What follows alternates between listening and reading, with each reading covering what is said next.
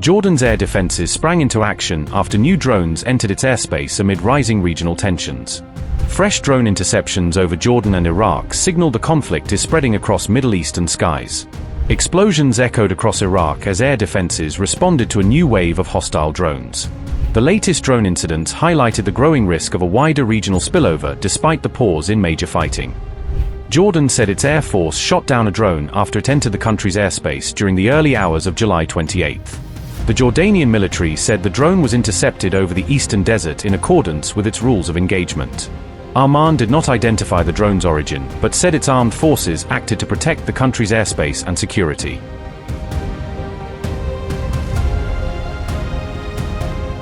Iran state television later claimed a U.S. drone was shot down over Iraq's Anbar province on July 27. Erbil cited Iraqi media reports and aired images it claimed showed the smoldering wreckage of the downed drone. IRGC-affiliated Fast News also reported explosions were heard near the U.S. Consulate in Erbil. Iran state television further reported that an attack targeted the Khor Mor gas field in Iraq's Sulaymaniyah province. The Khor Mor gas field supplies a significant share of electricity to Iraq's Kurdistan region, and is considered a critical energy facility.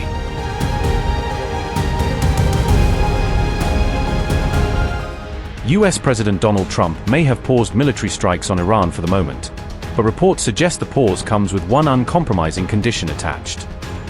Donald Trump reportedly ordered a halt to the strikes after 13 consecutive days of attacks to create a narrow window for renewed diplomatic negotiations.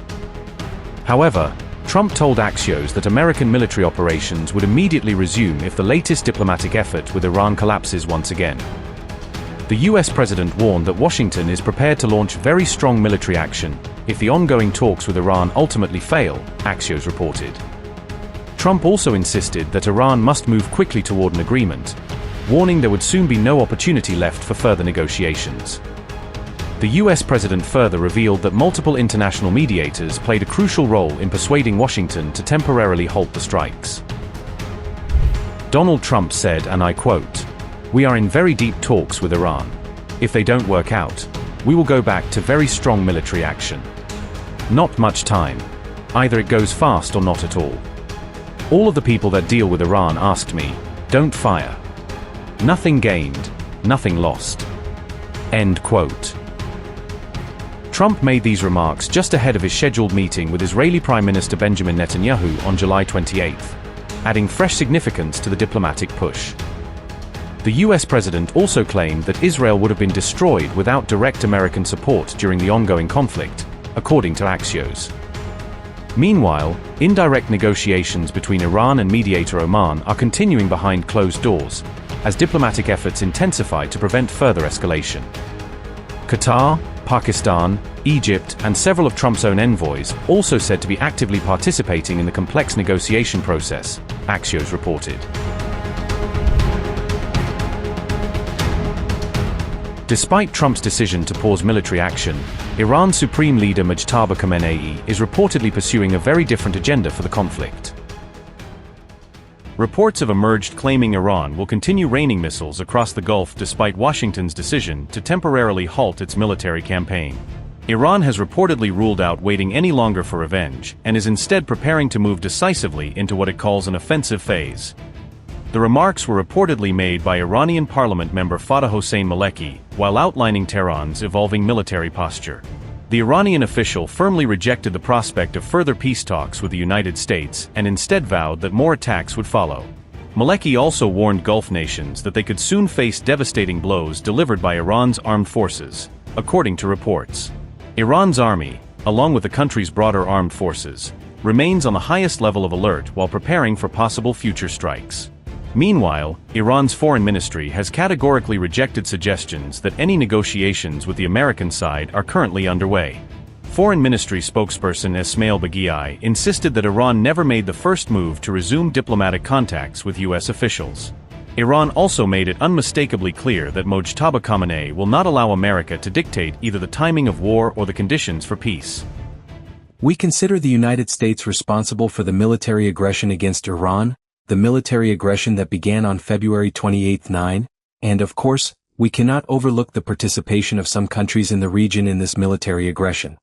From the outset, We have said that we have no involvement in the conflict between Ukraine and Russia.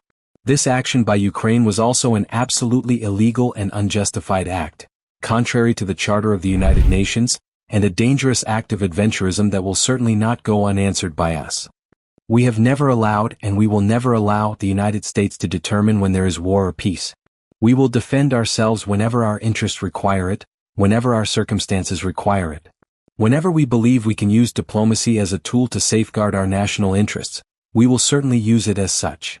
These are negotiations between Iran and Oman. Several rounds of negotiations were held on Friday and Saturday. They were useful negotiations on how to manage the passage of shipping through the Strait of Hormuz. No, do not pay much attention to the media speculation. As I said, we currently have no negotiations with America. The negotiations that we have, and which may genuinely be subject to different interpretations, are the negotiations we have with Oman. They are focused on creating the necessary arrangements regarding the Strait of Hormuz.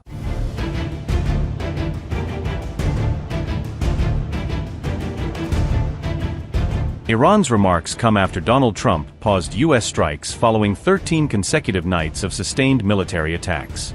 Trump reportedly suspended the bombing campaign to give Oman and Iran an opportunity to hold negotiations focused on the Strait of Hormuz. However, fresh reports have also emerged suggesting American troops are confronting an increasingly serious munitions crisis as the conflict drags on. Donald Trump rejected reports claiming the U.S. was running low on munitions during the conflict, dismissing the assessments as inaccurate. Trump said the United States possessed far more munitions than any other country and more than it currently required. Earlier, The Wall Street Journal reported General Dan Kane had warned senior officials about declining U.S. air defense interceptor stockpiles. Meanwhile, Qatar and Oman discussed diplomatic efforts aimed at implementing the recently announced U.S.-Iran Memorandum of Understanding. Qatar urged all parties to pursue dialogue and safeguard freedom of navigation through the strategically vital Strait of Hormuz. As diplomatic contacts resumed, Al Arabiya reported China worked with Pakistan to help revive U.S.-Iran negotiations. Axios reported that CENTCOM chief Brad Cooper also urged ending strikes around Hormuz after the campaign had reached its objectives. According to Axios, Cooper assessed that the operation had significantly degraded Iran's ability to conduct maritime attacks. Cooper reportedly said most designated military targets had already been exhausted during Operation Epic Fury, Axios reported. Without launching a broader new offensive, Cooper reportedly concluded that extending the bombing campaign would serve no meaningful military purpose, Axios reported.